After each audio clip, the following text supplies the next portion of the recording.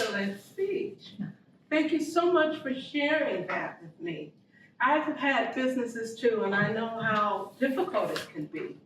And I love the way that you laid it out to us so easily, how we got the beginning and how you bought the business and things were going well, you were making a lot of money, you really connected well with the audience. When you first came up, you took the time, a moment to just look at everybody. And that was so good, it just really drew us in. And then as you began to tell your story, your hand gestures were just wonderful. I could really see everything that you were talking about. You also talked about some of the things that went wrong.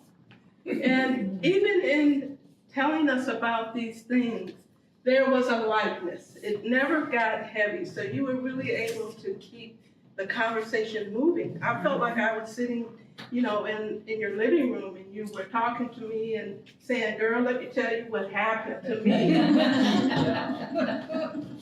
You had a lot of nice hand gestures, particularly when you were talking about the $1 million and the big money that you made. And even at the end, when you had to take a big breath, it really gave a lot of emphasis to those moments.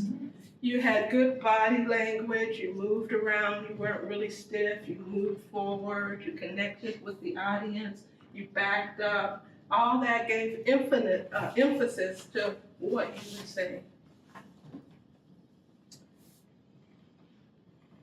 What else? You really allowed us to see your vulnerability. And that doesn't happen very often, but you moved us through it. So it wasn't a heavy moment. So overall, I think you gave a really, really dynamic speech. I look forward to hearing more from you about this. This is something, I mean, just talking to you, I never had any inclination that you had your own business and all of these things happened to you. So I encourage you, please, to tell us more about your exciting life.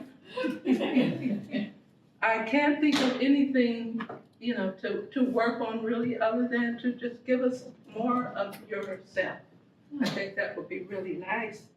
And I love that you gave us some notations at the end, some things to do.